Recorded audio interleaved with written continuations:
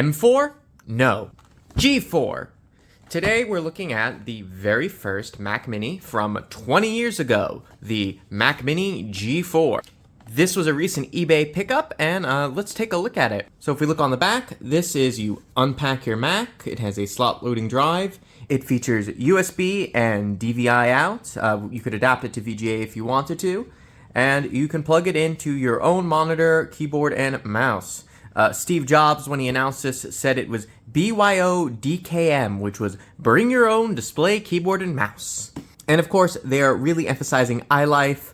The idea was this was a tool to unify your digital life. That was the idea at the time, and this and the iPod were all part of that. And that, again, is emphasized on the side. It's organize your photos, compose music, create playlists, make movies, watch DVDs. All of this could be done with iLife. Apple wanted to be the hub for your digital life. They wanted it to be the place where you create and consume media. So let's open it up and see if it lives up to that promise. We have a nice little handle here, and we'll open it up. Now this is used. I got this on eBay, and inside we have a chunky power brick, which we'll put off to the side. And inside here we have the Mac. Now, does it come with any manuals? Let's see.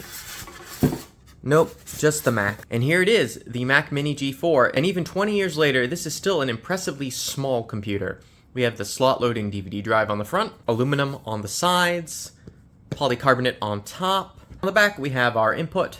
So we have a power button, we have our power, Ethernet, a modem. We have DVI for video out, which can do both DVI and VGA and can be adapted to HDMI. We'll look at that in a second. We have 2 USB ports. Of course, we have my favorite FireWire and an audio out, as well as a Kensington lock. And there's the exhaust fan.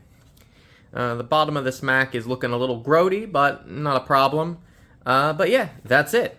So I guess we'll plug it in and see what it does when we boot it up.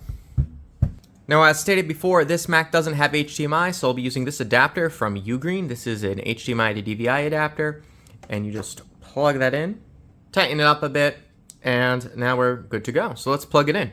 And welcome to my auxiliary desk. So I've set this up nicely here. I found this monitor in my apartment's trash, and sure enough, it works. The trash gods just always bless me with great things. People are so incredibly wasteful. Thanks, I guess? Anyway, to turn it on, all we need to do is push the power button, which is conveniently located on the back of the system, unlike the M4, where it's underneath, back when Apple had some common sense. And we have our Apple logo. The seller also included a few anachronistic accessories. This keyboard's from a few years later than this Mac Mini, and I'm personally not a huge fan of these chiclet keys.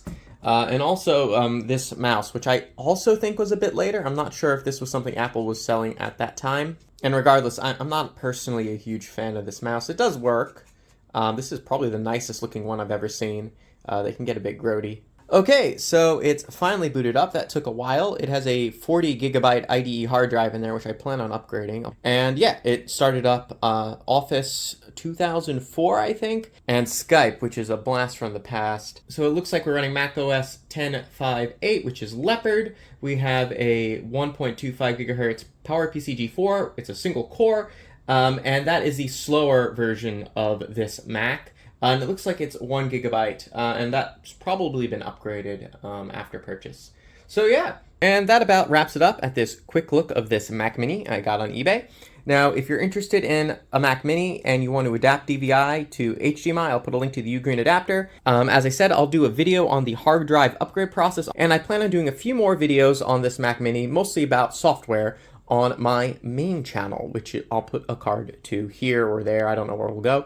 And I'll probably put a video link too. So I hope you like those videos coming in the future, and don't forget to like and subscribe to this video. Thanks again for watching, and I'll see you next time. Bye!